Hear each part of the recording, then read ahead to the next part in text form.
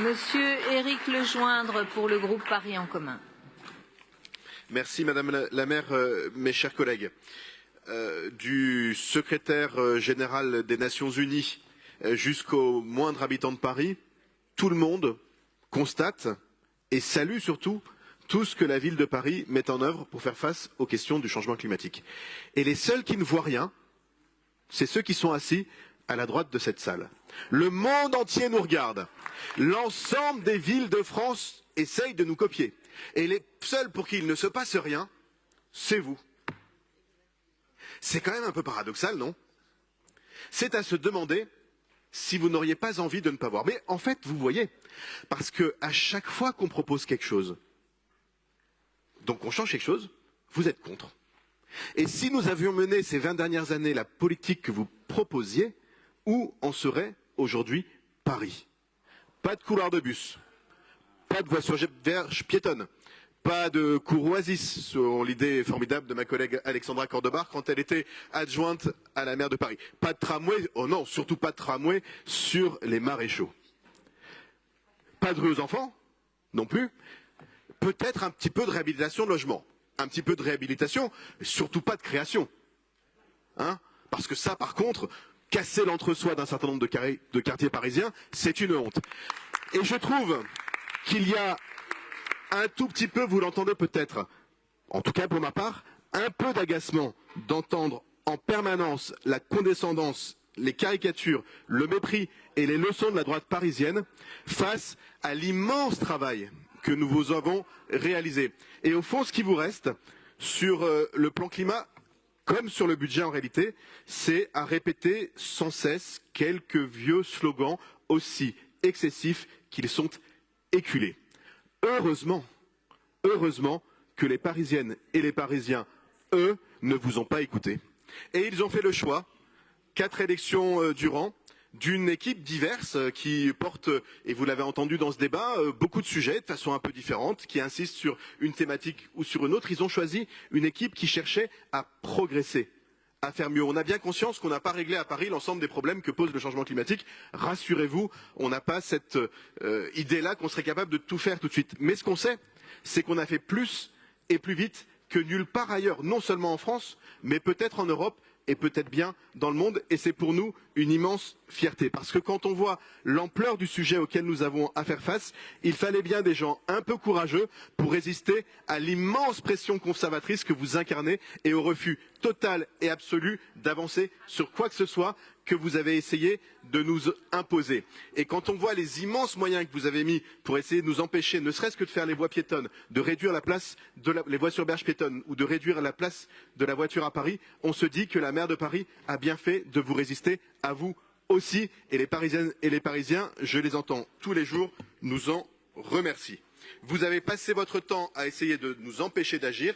Eh bien nous avons avancé sur absolument l'ensemble des sujets. Je pourrais en donner bien des exemples, ne serait-ce qu'en prenant la situation du 18e. Quand Alexandra Cordobar a lancé cette idée des cours oasis, il n'y en avait pas dans le 18e. Il y en a maintenant un très grand nombre et nous en avons préparé 4 de nouvelles, rien que pour la rentrée ici. Nous avons engagé la plus importante politique de rénovation de nos écoles depuis des années avec des résultats qui sont aujourd'hui reconnus partout. Nous avons transformé nos rues pour en transformer les usages, pour faire ensemble que ce ne soit pas un espace dédié uniquement au déplacement, mais aussi à la lutte contre le changement climatique avec une politique de végétalisation immense et réussie. Et je m'étonne un peu, là encore, d'entendre toujours les mêmes slogans. Le plan arbre, c'est plus de 100 000 arbres déjà plantés. Plus de 100 000 arbres déjà plantés, bien plus que 50% de ce que nous avons prévu. Enfin, 100 000 arbres plantés au printemps 2024. Je prends un peu d'avance, c'est l'habitude de la gauche parisienne, on est toujours un petit peu en avance. Enfin quand même, c'est incroyable ce que nous avons fait. Et face à ça, vous soutenez quoi? Vous soutenez la région Île-de-France, c'est-à-dire ceux qui veulent rajouter encore des autoroutes et des bagnoles, y compris à Paris. Enfin quel contraste! D'un côté, vous avez la végétalisation de l'espace public, la réduction de la place de la voiture, et de l'autre, vous avez les autoroutes. Et permettez-moi de le dire comme maire du 18e. J'ai trouvé les interventions d'un certain nombre de ministres, mais aussi de la présidente de région, sur le mal que nous ferions aux travailleurs parisiens en limitant la vitesse sur le périphérique. Mais quand même, vous savez comment les travailleurs, et notamment les pauvres, viennent à Paris? Ils viennent en RER. Vous êtes allé une fois à la gare du Nord, le matin tôt? Ils sont où, les travailleurs? Ils sont dans le RER. Et qu'est-ce que vous avez fait du RER? Qu'est-ce que la politique que vous soutenez de sous-investissement massif dans les transports publics a réalisé? Anti-écologique et antisocial. Voilà ce que vous soutenez.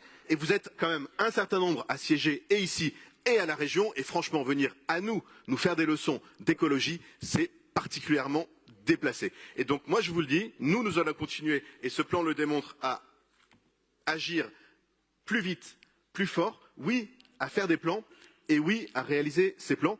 Et je vous invite, si vous considérez que jamais nous ne faisons rien, de cesser de venir en permanence vous coller sur les photos de nos inaugurations. Pour ceux qui expliquent qu'on ne fait jamais rien, c'est un tout petit peu pénible, je vous le dis. Et donc j'imagine que nous ne vous verrons pas, par exemple, à l'inauguration de l'Arena, qui est sans doute le chantier le plus exemplaire en matière d'écologie à Paris, comme vous ne profiterez pas des rues aux écoles que nous créons, que vous n'irez pas dans les conseils d'école saluer les rénovations thermiques que nous réalisons, que vous ne passerez pas vos samedis dans les cours oasis que nous avons implantés dans ces structures, et surtout que vous ne saluerez pas l'immense effort de rénovation énergétique que nous avons fait, notamment dans le logement social.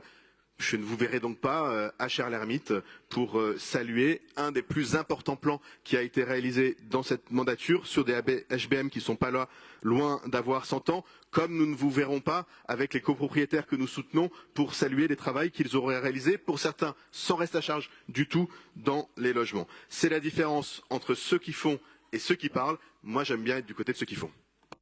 Merci beaucoup, cher maire, monsieur le maire du 18e. Merci.